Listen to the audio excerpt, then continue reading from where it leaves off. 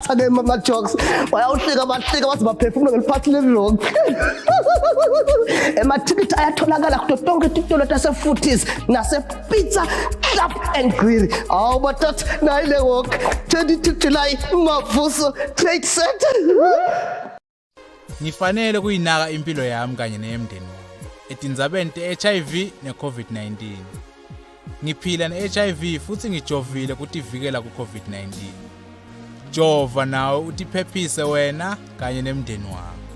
Lo mlayeto wemasonto neulethelwa litiko letempilo libambisene naNecha namhlabuhlangene. When does your learning journey begin? When you take up 21st century skills for a new world. When you choose a future-focused, tech-rich path to education. When you shift to an entrepreneurial mindset. The moment you choose to be an agile business leader. This is where your journey really begins. Regent Business School.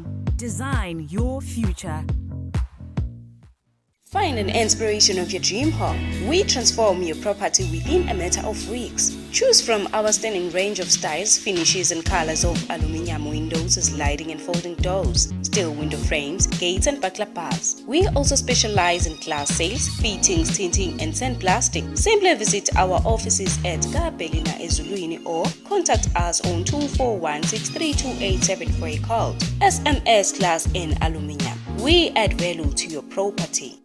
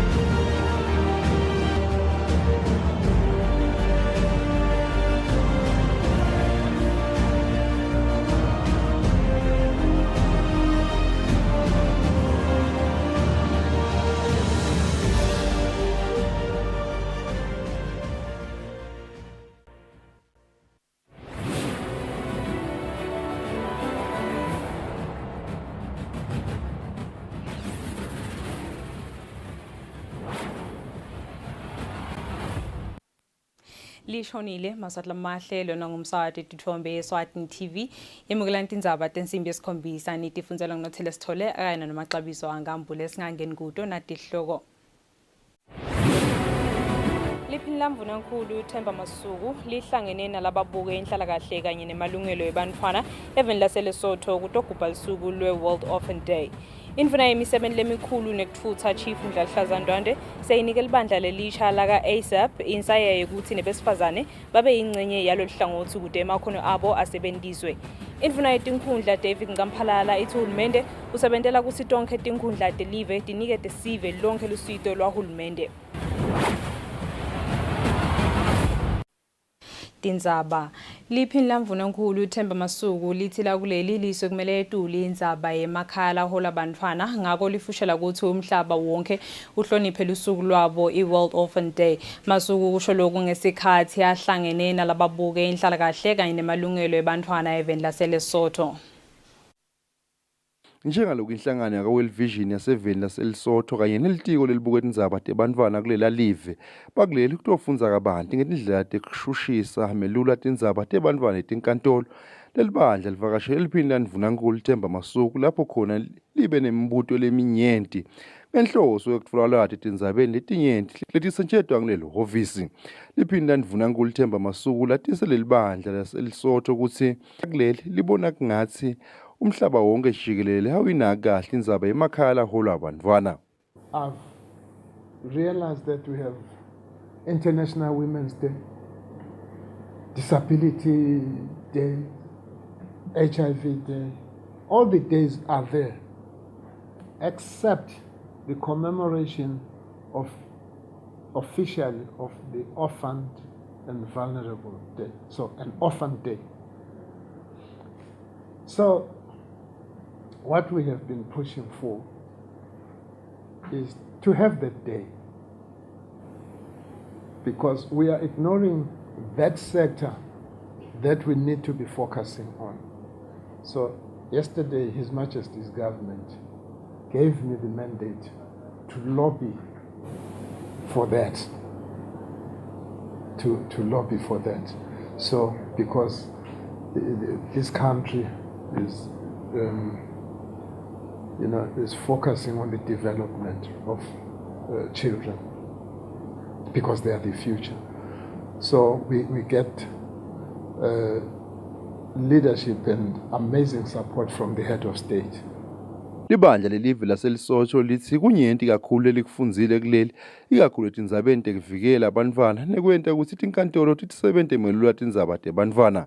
I understood the rationale to get the buy-in of politicians, because then you have the same language which we don't understand, and also you will be bringing our issues to them for them to understand better, which is something that we need in Lesotho. We are very independent from them. We never get that platform to speak our issues. They don't even understand them. So I think if we can copy this and get there and show them what they need to be doing. One thing that I have just picked up from Your Excellency today is your passion about child-headed households and the interventions that you have made through the projects that you have introduced. And I've also learned about the 42 homes that the care facilities for children that are around the country. Lelibandla lelivela eLesotho livakashele tinkantolo takuleli kanye netinhlangothi tisebenta inhlalakahle kanye nemalungelo ebantfwana. Etindzabeni kubika Fortune Dlangamandla, nginavuma inkosi Nzinisa Sisembabane. Indvuna yemisebenzi lemikhulu nokuthutha Chief Ndladla Ndwandwe seyinikela ibandla lelisha laka ASAP lekuyi Registration Council for Architects, Engineers, Surveyors and Allied Professionals insaye ukuthi nebesifazane labakulolu hlangothi bangalahleki babe yingcenye yalolu hlangothi kude emakhono abo asebenziswe. Indvuna yabe ikhuluma ehotela laseSibane ngalesithathu nayethula lelibandla lelisha laka ASAP noma ke leliholwa ngusihlalo walo Ramford Zwane. Leli bandla litawubuka tindzaba tekubhaliseka nekutfutfukisa kwalabo labaselihlangothini lwekwakha lobunjiniyela lwekudweba elihlangothini lwekwakha kusaveya nalokunye. Bakhona-ke labakulolu hlangothi kodwa-ke kusamele basebente ngekubambisana nalabanye babhalise ukuze batiwe namakhono labanawo avele. Leli bandla-ke lingaphansi kwelitiko letemisebenti lemkhulu nekuthutha. Indvuna yalelitiko Chief Ndladla Ndwandwe ibeka leli bandla lelisha ilinike insayeye ukuthi nebesifazane labo kulolu hlangothi kabatiwe babuye basebente kuthuthuke lolu hlangothi. I-council ayisukume ibuke tindlela tekusebenzisana na-ESHEC losukunyiswe ngumthetho welive ngaphasi kwelitiko letemfundo. Ngicabanga ukuthi labanye council na registrars singavumelana ukuthi ekuhambeni kwetikhathi tayitolo kusebenta kwethu naleli bandla leli akukabi ngilokusezingeni lesifisa ukuthi kube kulo. Siyacela ke ukuthi nesangena kulomsebenzi onke emabandla lacishe athinzana nalomsebenzi asibukisane nawo, silandzele umthetho, sikhulise emakhono eveni. Kuna Ramford Zwane lotaba ngusihlalo waleli bandla. Kube na Thulane Mkhaliphi lotaba lilunga laleli bandla.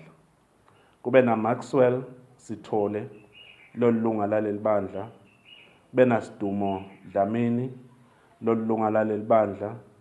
Kube na Ray Dlamini lolilunga naye. Kube na Mfanaleni lolunga naye. Kube na Kholiwe Shongwe lolilunga. Kube na Wandile Sibanze lolu lunga, kube na Bongani Magagula lolu lunga, kube na Sandile Bhembe lolu lunga, bese kuba na Gcinithemba Masimula naye ulunga lale council lesikhuluma ngayo. Mabhalane waka ASAP Lwazi Mthimkhulu ubonge likomiti leliphumako lelisebenza ngokutimisela noma ke bekude imali letholakala kuhulumende wacela ke nebesifazane nanaye ukuthi babuye babhalise batiwe kusebentwe. Setting up or introducing a new regulator in the field is never easy, and over the years ASAP has been faced with many challenges.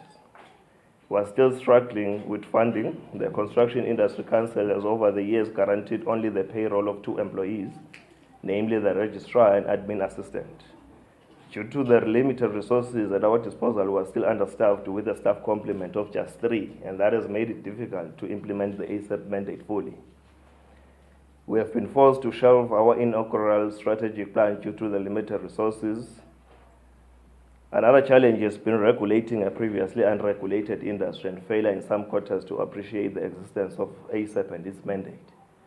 Mabhalane waleli bandla Ramford Zwane lebekamelelwe nguSidumo Dlamini ubonge emalunga ukuthi athathe lo msebenzi wawanxusa ukuthi asebenze ngokutimisela kufeza imigomo lebatawunikwa yona. Leli bandla ke selesithathu kusukela iASAP yasungulwa kanti ke batawuba ehhovisi sikhasi lesingenge eminyakeni lemithathu.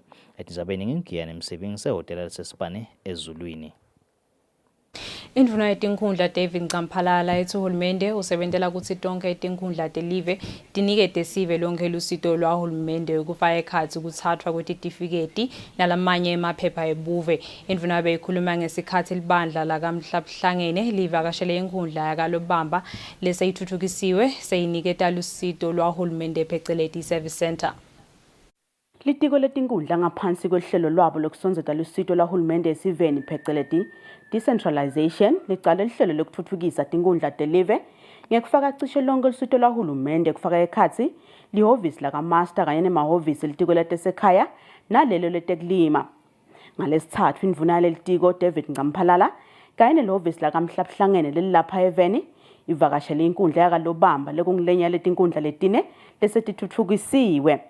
Indvuna ithi hulumende usebentela ukuthi tonke tinkundla telive titfuthuke tilethe lusito esiveni kute live leMaswati lithuthuke liye embili. Sifiso sahulumende weNgwenyama kube kuyangaye lonke lelive ngase njengalobamba namhlambanyathi nalgongolwene nalebuhleni. Kodwa ke ngokushoda kwetimali kusachutshekwa ukuthi ema-service aye kubantu njengoba sibona nje ukuthi lala kalobamba besingafisa ukuthi enabe nelive lonke. Siyathi ukuthi sibonile itolo bantu nje bafuna certificate ID ushilo umhlonishwa lapha ukuthi bebavuka ebusuku bayokuma la bemakhona lama service ke la aphungula lo mthwalo kuleti ndawo letinye besibona bomanzini bombabane njengoba bashilo ukuthi noma ubuya kalo emaphalaleni ubuye eMarkens ungeta uthole le service la kalobamba.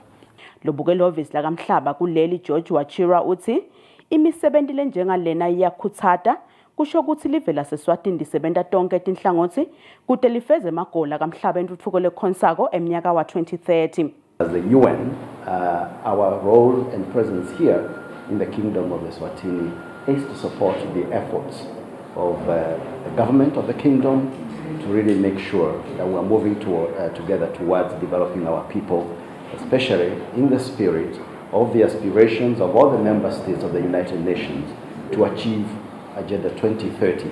Lilunga lePhalamende lalenkundla Alan Stewart uthi nanoma lenkundla ithuthukile isadzinga kuthuthukiswa nakuletinye tinhlangothi. The latest books would do us good. You know, times change and everything changes, you know.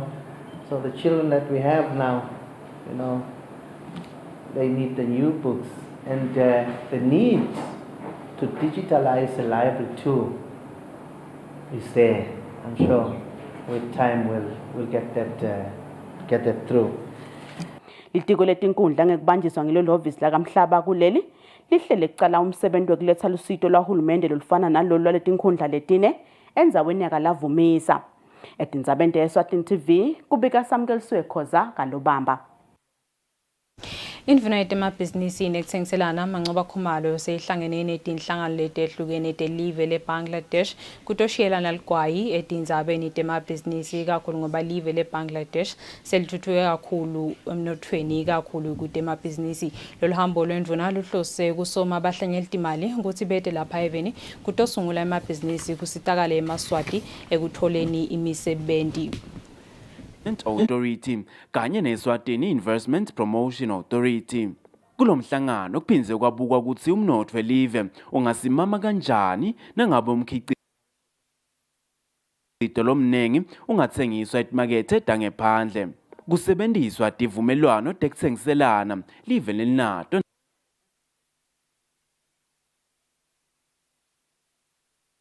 Umhlangano wemalanga lamathathu longenele indvuna yetemabhizinisi Mancoba Khumalo netinhlangano temabhizinisi uyachubeka event leBangladesh. Estatementini lesikhishwe litiko letemabhizinisi netekutsengiselana, indvuna ingenele umhlangano lobuke kwakha budlelwane bekusebenzisana pheceleti i-Memorandum of Understanding. Emkhatsini weBangladesh Investment Authority kanye neSwatini Investment Promotion Authority. Kulomhlangano kuphindze kwabukwa ukuthi umnotho welive ungasimama kanjani nangabe umkhicito lomnengi ungathengiswa etimakethe tangephandle. Kusebenziswa tivumelwano tekutsengiselana live lelinato nalamanye emave. Indvuna iphindze yangenela umhlangano nelitiko letemabhizinisi netekutsengiselana kulelive leBangladesh. Kantsi lelitiko letemabhizinisi litsembise kusekela live lakangwane ekucecesheni bosomabhizinisi labancane bakuleli ngelwati lekutsengisa imikhicito yabo basebenzisa tindlela tesimanje noma letiphucukile pheceleti global digital trade. Indvuna iphindze yangenela umhlangano lelitiko letemabhizinisi netekutsengiselana kulelive leBangladesh. Kantsi lelitiko letemabhizinisi litsembise kusekela live lakangwane ekucecesheni bosomabhizinisi labancane bakuleli ngelwati lekutsengisa imikhicito yabo basebenzisa tindlela tesimanje noma letiphucukile pheceleti i-global digital trade. Indvuna Mancoba Khumalo iphindze yangenela umhlangano wesithathu lapho ixoxisane nenhlangano lebuke kwakhiwa kwemithi iBangladesh Pharmaceutical Industries. Kwabukwa luhlelo lokwakha indzawo yekhicita imithi lapha eveni lengatsengiselwa nalamanye emave. Lokunye lokuvele kule mihlangano lengenelwe indvuna yetemabhizinisi netekutsengiselana kutsi emabhizinisi latimele ngiwo lafaka sandla lesikhulu ekukhuleni kwemnotho welive leBangladesh. Indvuna itawuqhubeka ikhulumisane naletinye tinhlangano temabhizinisi kulela live kufaka ekhatsi naletikhicita timphahla. Endzabeni teSwatini TV kubika Thando Kuhle Mdluli. Lokhulumela hulumende Alpheus Nxumalo uthi akusilo nani liciniso ukuthi umhlangano wenhlangano yemave langendasi nesifundza sase-Afrika lobuye kuphepha ye-Southern African Development Community Troika Extraordinary Meeting uchutshelwe embili ngenxa yokuthi leSwatini lalile kuba ingcenye yawo. Nxumalo uthi leSwatini belikade likulungele kuba ingcenye yalomhlangano. Lokuliciniso nebakangwane wekuthi bakangwane bathole i-communication lebuya kaSadak le foreign affairs lethi umhlangano wema-head of state upostponiwe. Akusilo liciniso sibakangwane were not available to participate. Bakangwane beba ready, bakangwane beba participate even at the ministerial level. Bekude bekungabavimba kuqhubeka nalomhlangano. Sithi ke lokho asikucondzise nebekunene eMaswati athi kwekuthi kude live lelingabalekela umhlangano bebalungele bakangwane ungene emhlanganweni kwaba ngiyo iSadak secretariat lebende i-initiative yabo yekupostpone umhlangano batawuphindze bawumemetele ngalelinye ilanga. Sesibakangwane ke sesiyawubuka lelo langa labawumemetele. Cha tizathu bakaSadak kule communication lengesinasi lesiyikhombiswe base-foreign affairs abakati bekitizathu sekuthi bawupostponela nomhlangano. Naloko ukuthi-ke besiku-agenda yabo naloko akukho kule ncwadzi asikwati kithi can only remain ema-rumors ngoba side lokubuya kaSadak lokusho njalo. Kulokunye-ke mhlawumbe nebekunene eMaswati lakhala ngako kakhulu kwekuthi lo bekalilunga lephalamende Mduduzi Magawugawu Simelane ufike ngayiphi passport eNgilandi. Nekwekuthi ivisa wona mangisi njengoba kuna high commissioner wabo lakangwane ukhulunyisiwe ngihulumende kuva kwekuthi bamnikete ivisa ngalelithini ngoba kude longathi kwekuthi umnomzane Simelane unetindzaba lati balekela la ekhaya tinkantolo letimele ukuthi nakabuya avele khona atikhulume netinkantolo. Lesikutholile-ke nebekunene ukuthi emangisi abebethe esandla lesentekile ekufikeni kwakhe le kungathi usebenzise nama-agency nje la khona longona organize labantu emavisa. Laba sakuhlola-ke labakulandzelelako baka-Home Affairs. Ngiko ukuthi basabo ukuthi usebenzise yiphi passport. Usebenzise yona leya kangwane eMaswati ngoba nebekunene lesitakukhumbuthana kona singeMaswati ukuthi i-passport i-document yembuso. Noma isetandleni leSwati ngalinye kodwa it remains a property of the state. Sitawusuke mase kutholakele mhlambe base Home Affairs batakwathi kusatisa sive ukuthi luhambo lwakhe usebenzise iphi passport wahamba kanjani. Lokungumqondo lo saprivela kwanya lokuthi asikwati nabantu ukubonakala sibaganga ngelive baye emaveni lamanye bakhulume bahlambalate live ngetindzaba letingekho. Lokungeta kwesibili lokushokolo ukuthi bantu laba lababaleke bende emaqala babalekele umthetho. Kuthi-ke uhulumende longahlala agoqe etandla baqhubeka basebenzise ama-documents abo nema-properties abo nakunjalo. Inhlangano yeshashaya Homes ihlangene netindlu totimbili tePhalamende kuti yothulela emalunga umbiko weluhlelo lwekuvakashela tinkundla kuyonika labakhubatekile sito lwekwelulwa pheceleti rehabilitation. Umcondzisi wale nhlangano Khabo Dlamini uthi bakhone kufinyelela etinkhundleni letingemashumi 21. Eminyakeni lophelile inhlangano lelulamisa abantu labakhubatekile isheshaya Homes icalela uhlelo lokuvakashela abantu labakhubatekile emimangweni lelatiwa ngelesheshaya Homes Rehabilitation Outreach Program lapho khona labakhubatekile bebaniketwa lusito lokwelulwa ikakhulukati bantfwana. Ngalesithathu lenhlangano ihlangane netindlu tetimbili tePhalamende kubetfulula umbiko walolu hlelo. Umcondzisi walenhlangano Khabo Dlamini uthi ngaphansi kwalolu hlelo bakhona kuhambela tinkundla letingemashumi 21. Sisahamba ke sibonile lokho ukuthi kube sesekuba naleto tinkomba letitsite noma lama-concerns latsite abantu labasiphathise wona lafaka ekhathi lokho ukuthi indzaba yekuhola labanye bayahola bashayile tandla kepha-ke babe sebayasiphathisa lokho ukuthi kasibabutele lokho ukuthi lume njani lolu hlelo ngoba khona labasalele ngaphandle. Umcondzisi wetempilo Dr. Vusi Magagula uvete bumcoka bebacucutele emimangweni kunakekela abantu labakhubatekile. The rural health motivators are responsible for health and social issues within chiefdoms and constituencies. RHMs are to date working with community members to promote health for a variety of primary health care topics and remain an important link between the community members and health services.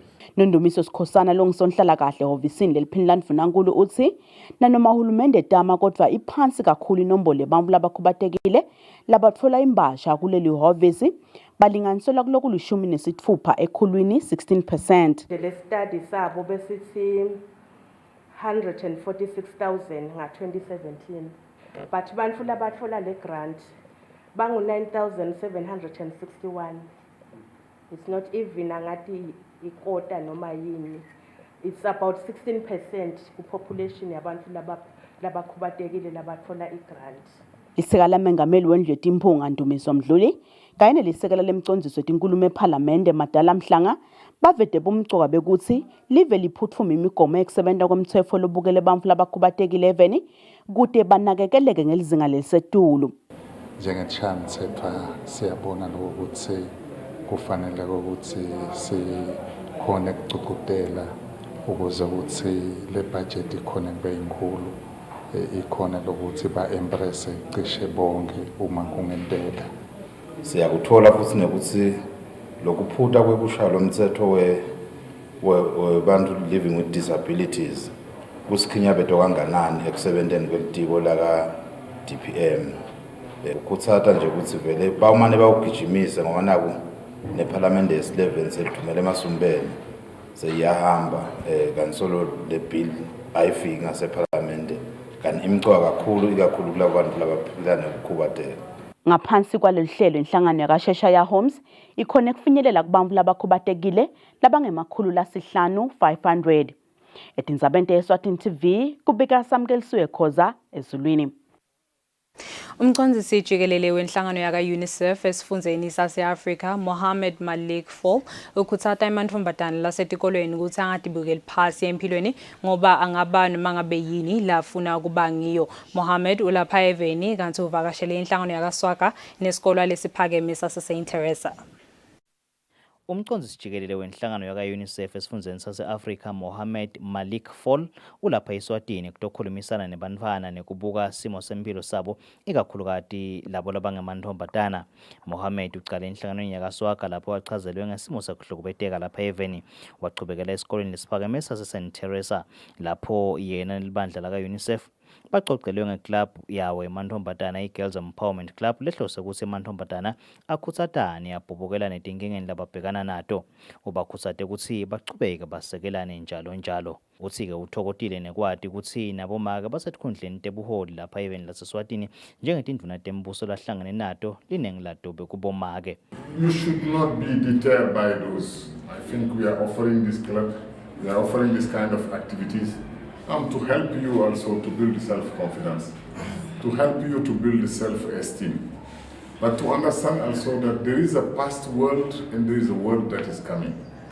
If you look at today's world, you see leaders and women are taking so many big positions and great positions, and what allows it is nothing else than the kind of activity you are doing to build your self-esteem, to build your self-confidence, and to work hard. Thishela waboka bafunzi neliswa amavimbela uthi le club ilusito kuboka bafunzi labakhonako ukukhuluma tindzaba lababhekana nato. They used to come here and teach them about those things, and it did help because the mentor was almost their age, so they were able to open up even more than with us as teachers. Sebatikhulumela ke bafunzi bavete kuhlukubeteka kwabo lababhekana nako ngelanga ikakhulukati ke emabhasini lalayisha sive. Travel from home to school using public transport, we get harassed a lot, and in harassment it's usually those strong words that really sit in you and you keep on thinking about that daily. In this club we get to talk about it because it's where we are comfortable as girls, and we trust each other in this club because we feel like a family. So here, you know, we could just be open, we could talk, because when we talk, you get to be open to everyone, and someone who was going through the same thing and doesn't understand what was going gets to actually realize it's, oh, it's normal, I'm not abnormal. Tindzabeni kubeka Kiani Msibi ngamanzini. Well, nomuhle sitawahlola emakethe nasibuya Tindzaba diyachubeka.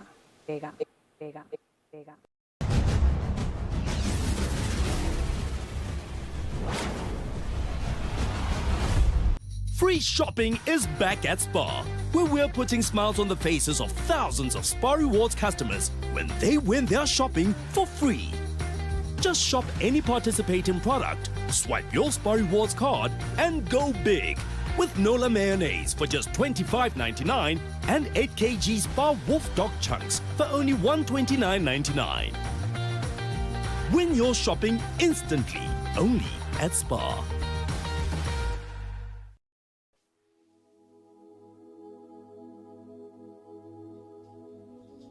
My body never stopped belonging to me when he took my breath away.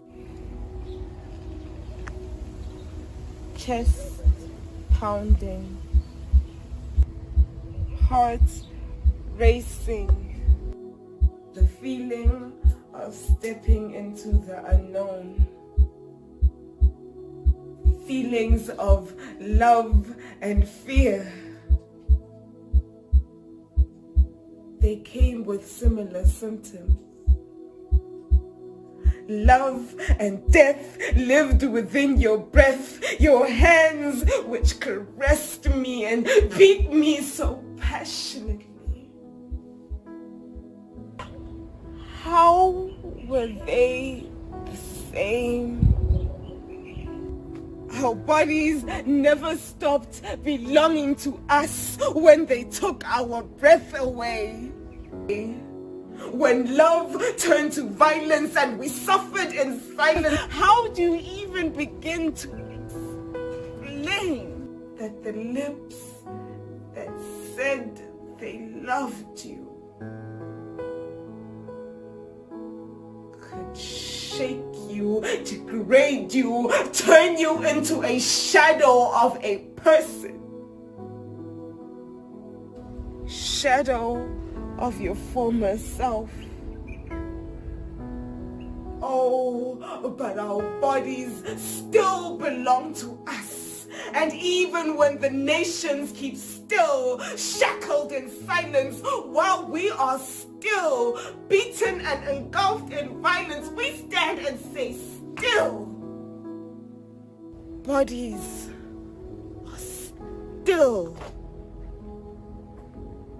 ours. No more silence. End the violence. Declare a war on the attacks on women.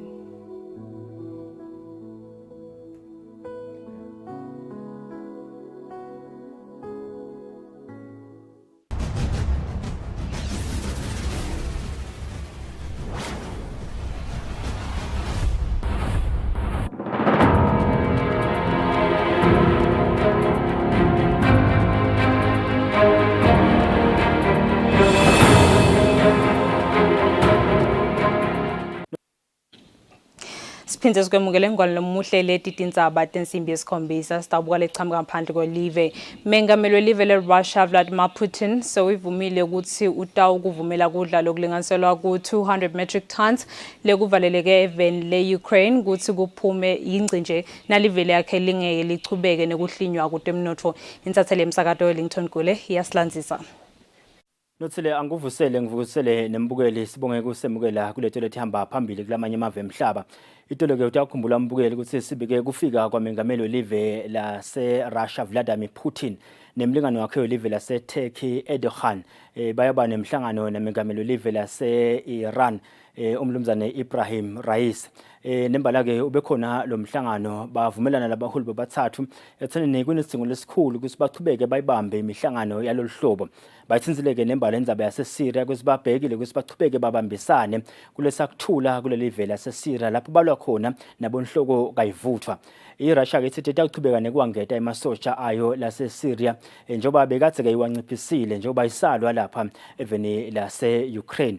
Uyakhumbula ke nothile ekuthenini mengameli Erdogan nguye libeka solo adlala inzima lenkulu kuhlanganisa live leRussia neUkraine ikakhulukazi ukuthi kudla lokukhicitwa ke eveni lase-Ukraine kukhona kuphuma kulibhekise etimakethe temave emhlaba lokhu kudla lokufaka ekhathi iwheat nabo sunflower nalokunye kuthiwa ke there are 20 million tons of grain lavalelekile lapha eveni lase-Ukraine. Mengameli Vladimir Putin umbonge kakhulu Erdogan ngebuholi bakhe ekuthenini ke bakhulumisana nelive le-Ukraine ukuthi bakhone ukuthi bakhiphe lokudla kuye ke etimakethe temhlaba kuhamba emgwaqweni bathi ke iBlack Sea. Kanti ke usithe uyethemba ekuthenini le deal bafuna kuyishaya iyahambisana nokuthi lokuhlinywa kwetemnotho kwelive leRussia kube indvo lephelako kuze ukuthi atawukhona Putin ukuthi emasotsha akhe abeke ibhamu phansi kukhona kuphuma lokudla lokhona lapha eveni lase-Ukraine. Mavela lawa lakhicita a third of the global supply ye wheat live leRussia nele-Ukraine. iRussia ke iphindze imkhicite fertilizer kulokunye sesiveke na Putin atibongela kumengameli Erdogan welive lase-Turkey. I would like to thank you for your mediation efforts, for providing a platform for negotiations on food issues, on issues of grain transportation over the Black Sea. We have moved forward thanks to your mediation. Not all the issues are resolved, but there is a movement forward and that is good. Labo mengameli abathathu ke nothile ikakhulukazi laba lababili Erdogan kanjalo na Putin sebajikile babuyela ke emaveni abo ngekwehlukana kwabo. Kanti ke letinye letimatima letindeka lapha eEurope emavela afekhathi France, iUK, iGreece neSpain bahlaseleke kakhulu kuthiwa ke kuyashisa into lesimangaliso kune heat wave temperatures agijima ngetulu kwabo 40 degrees ngalesibili njena live leNgilandi li record kwekuqala ngqa emlandweni yalo temperatures lagijima ngetulu kwa 40 degrees. iPortugal yodwana ibeke kusi sekunebantu labayinkulungwane lesabashile emhlabeni lekusolala ukuthi kufa kwabo kubangwe ngala temperatures lasetulu kakhulu into lesimangaliso. Kuthiwa ke lama temperatures aqala kwenyuka kusuka lapha ngomhla ka7 kuJuly kuyafika lapha kubo 13 July so ke agijima etulu into lesimanga. iWorld Meteorological Council ithi ke lama temperatures abhekile ukuthi achubeke nyuke sikhathi lesingange liviki. Kasike live leNgilandi liphindze labikayo ukuthi kunebantu abasihlanu lesebashile emhlabeni ngemva ukuthi bamite emifuleni lekhona kule live njengoba kuyashisa phela abantu bahamba bayawutiphotisa. Basike lokho lokwendekako indzaba ye-climate change njengoba kuyashisa njena sekunemililo lematima kakhulu leGilatika emaveni afekhathi boSpain babika ukuthi there are over 30 wildfires lagijima ngesivinini lesetulu njengoba kuthi kunalokushisa kunalomlilo kuphindze kube nemoya lomkhulu emaveni afekhathi iGreece neFrance nakhona eSpain nasePortugal. Simo ke lesibi kakhulu lesichubekako kulamave lamathathu. Asiphetheni uthile nganadeta seNgilandi yakhumbula Boris Johnson uphakamise tandla ekuthenini uyabeka phansi kuba ngumengameli kuba ngu-prime minister welive leNgilandi nyalo kuna 3 candidates lesekubheka ukuthi iConservative Party ikhethe kubo lo lotawuthatha ke sikhundla sa Boris Johnson. Ufikile ke lo mhla eParliament atawukhuluma kwekugcina athatha imbuto wekugcina kanti ke lo lohola licembu leopposition khona emangesini umbonga kakhulu Boris Johnson ngemsebenzi lawendile wamfisela ke nenhlanhla nemndeni wakhe kulokunye labayofuna kwenda in future. Wabonga kakhulu the firemen and women baseNgilandi labasebenzako kunasimo lesilukhuni kakhulu lesilapha emangesini. Cishe ke ngiloko lokwendekako nothile elangeni la lomuhla kulelo tibuya ngaphandle.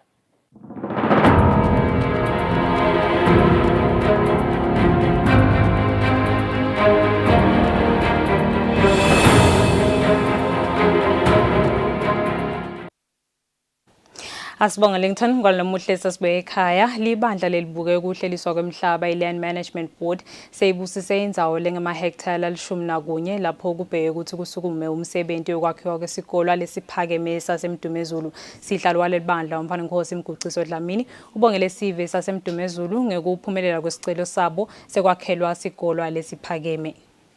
Sive saseMdumezulu lebesiphume ngebuningi baso ngalesithathu kuyawuba ingcenye yemsebenzi lapho libandla lelibuke umhlaba kuleli iLand Management Board ibusise umhlaba longemahektara l10 lapho kubhekeke ukuthi kwakhiwe isikolo lesiphakeme saseMdumezulu.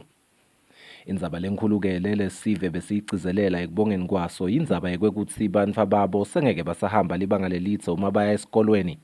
Njengoba esikolweni letikhona letidvutane nalomango nyalo tibucala utibalelwa kubo 10 kilometers.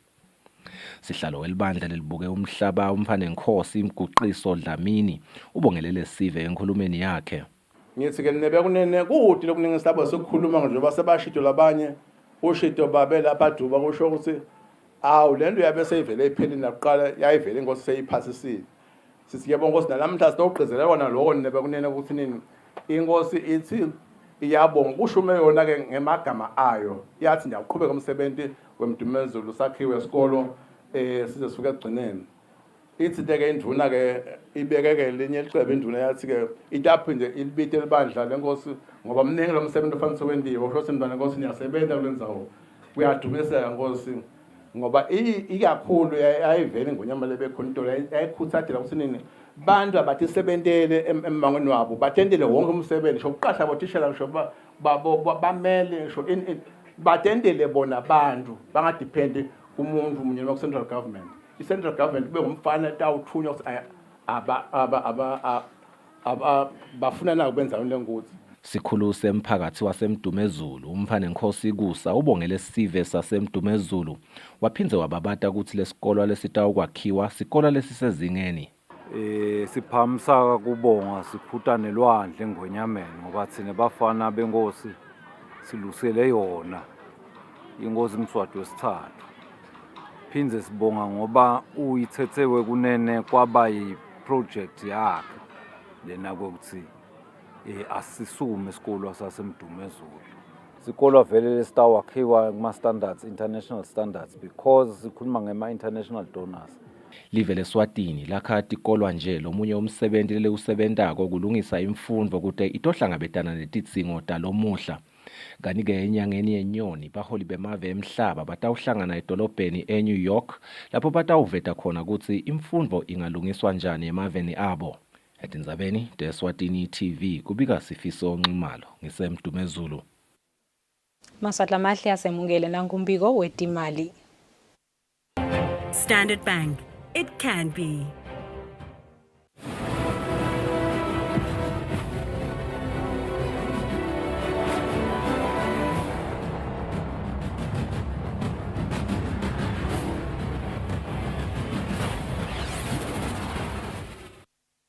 Ngwalomuhle sitangena kuto temidlalo. Indvuna yetemidlalo kuleli Harris Bulunga ithi kulandzela yonke imigomo leyacelwa inhlangano lebuke kusetshenziswa kwetidakamizwa emhlabeni pheceleti World Anti-Doping Agency kutawudlala indima lenkulu ekuthuthukiseni temidlalo kanye netingijimi talapha ekhaya eSwatini. Kanti-ke umbiko logcwele uyalandzela. Litiko letemidlalo ngikubambisana nenhlangano lengamele inhlangano tetemidlalo lapha eveni kanye nenhlangano yemidlalo ema-Olympics ibamba umhlangano sikolwane likomiti lelibuka kusebenta kwelitiko letemidlalo endlini yabayesikhulu kukhulumisa imitsetfo lehambisana neticelo tenhlangano leyibuke kusebenta kwetidzakamiva emhlabeni i-World Anti-Doping Agency. Kulomhlangano isikole indvuna yetemidlalo Harris Bulunga ichazile ukuthi kulandzela yonke imitsetfo lehambisana nekungasebentisi kwetidzakamiva kutawusita tingijimi takuleli ukuthi tikhone kunyusa lizinga lato emidlalweni lapha eveni.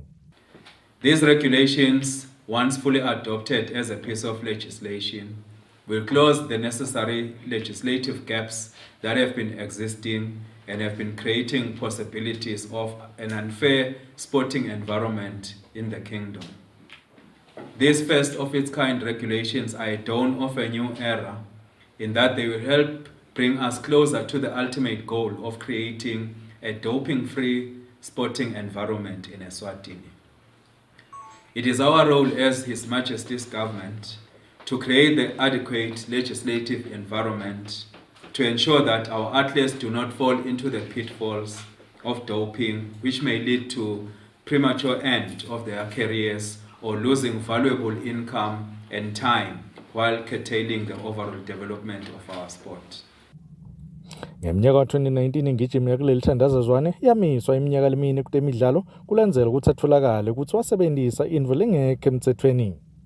Lobikelo umsakade Eswatini TV kutemidlalo ngilinda Dlamini kanzumbiki uhlanganiswa nguFabrice Msonera eMbabane. Litiko letemidlalo selinikelele badlali lababili bemidlalo ye-taekwondo ngemali lengu-8,000 emalangeni lababuya emidlalweni ye-taekwondo African Championships eveni lase-Rwanda. Kulabadlali kunabonguMusa Mkhatshwa lowathola imendlela yesiliva kanye naCarlota Manuva yena lowathola imendlela yelithusi. Labadlali lababili bahlonyeliswe esibayeni Logic Mathapha. Litiko letemidlalo selinikelele badlali ababili bemidlalo ye-taekwondo ngemali nge-8,000 emalangeni lababuya emidlalweni ye-taekwondo Africa Championships eveni lase-Rwanda. Indvuna yetemidlalo kuleli Harris Bulunga ithi lokhu kuyindlela yekukhutsata letingijimi talapha ekhaya kuze tichubeke titimisele. I'm now proud to announce that as per our policy, the two athletes will be receiving a total of 8,000 emalangeni in government incentives today. A silver medal is worth 5,000 emalangeni. A bronze medal is worth 3,000 emalangeni. So this is government's way of recognizing and appreciating the excellence of our athletes. Kulabadlali kunabonguMusa Mkhatshwa lowathola imendlela yesiliva kanzi uthola imali nge-5,000 emalangeni. I'm so happy what I achieved. And my coach, my mom, and everyone support. I thank you, my coach, my mom, and everyone that supported me. Lomunye nguCarlota Manuva lobuye ekhaya nemendlela yelithusi kanzi yena uhambe ekhaya nemali nge-3,000 emalangeni. I'm extremely happy. Not even words can explain how I feel right now. This trip was a challenging one, hiccups here and there, and a part of me just wanted to go back home.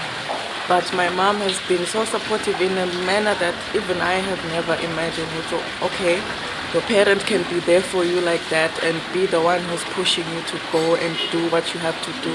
Badali balabadlali ababili nabo bakhomba injabulo. Inhlangano edlalisa umdlalo we-taekwondo lapha eVeni ithi lokhu kuyinkomba ukuthi umdlalo we-taekwondo uyakhula lapha eVeni. Lobekile umsakazi Eswatini TV temidlalo ngilinda Dlamini kanzumbiki uhlanganisa uFabrice Msonera eMbabane. Licembu le-Young Buffaloes labomake selidonswe ngaphansi kwa-Group B emidlalweni ye-Total CAF Champions League yabomake lapho khona bakanye ne-Green Buffaloes yaseZambia kanye ne-Olympic de Morini yaseveni laseComoros. Lokudonsana kwalamacembu kwendeke eveni laseMorocco edolobheni leRabat. Adonsene amacembu abomake likubheka ukuthi adlale endzebeni ye-CAF Champions League yabomake.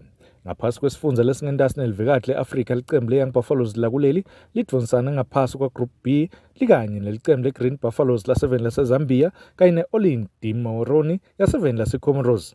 I-Young Buffaloes kanye ne-Olympic de Morini yaqala kungenelela imidlalo kanzi i-Green Buffaloes yaseZambia ibuya kwesibili ngemuva kokuthi iphume kuma-semi-finals ngeminyaka wa-2021. Ngaphasi kwa-Group A ngesifundza lesingentasi nelivekati le-Afrika iMamelodi Sundowns livikela lendzebe kulesifundza kanzi iphindze kube ngiyo levikela lendzebe elivekatini le-Afrika ikanye neCosta do Sol yaseveni laseMozambique kanye ne-Double Action yaseveni laseBotswana. Kucudzelana kuleti cheme letimbili kulesifundza lesingentasi ne-Afrika tawucala mhla ka-31 kulenyanga letako kute kube ngumhla ka-13 khona ngenyanga yeNyoni. Utawuhamba embili utawungenela imidlalo ye-CAF Champions League elivekatini le-Afrika.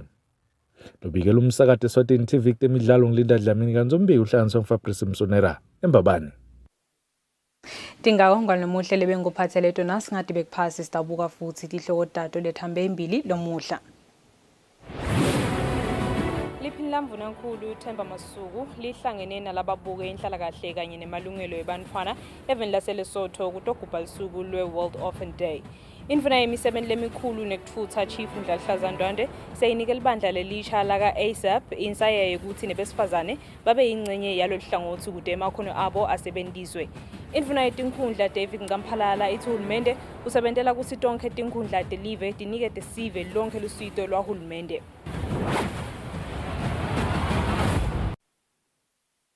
Hetsa tensimbi yesikhombisa thokotela tensimbi yesiphohlongo kutalandzela simo selitulu busuku abebuhle nisale kahle.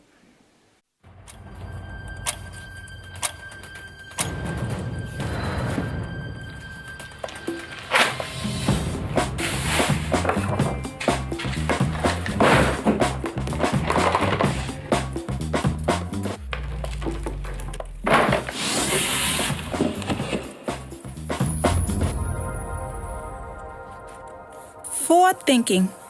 Yep. For my business, this means having an ICT partner that's way ahead of the curve. Connectivity that won't let me down, and cloud-based solutions that will ensure my data is protected and accessible to me from anywhere in the world. Imagine that. Live on the edge of tomorrow with MTN Business. Simo selitulu nilethelwa baka MTN Business. Noma simo selitulu sinjani, i-MTN Business ikhona kusita ibhizinisi yakho. Simo selitulu benilethelwa baka MTN Business. Noma simo selitulu sinjani, i-MTN Business ikhona kusita ibhizinisi yakho.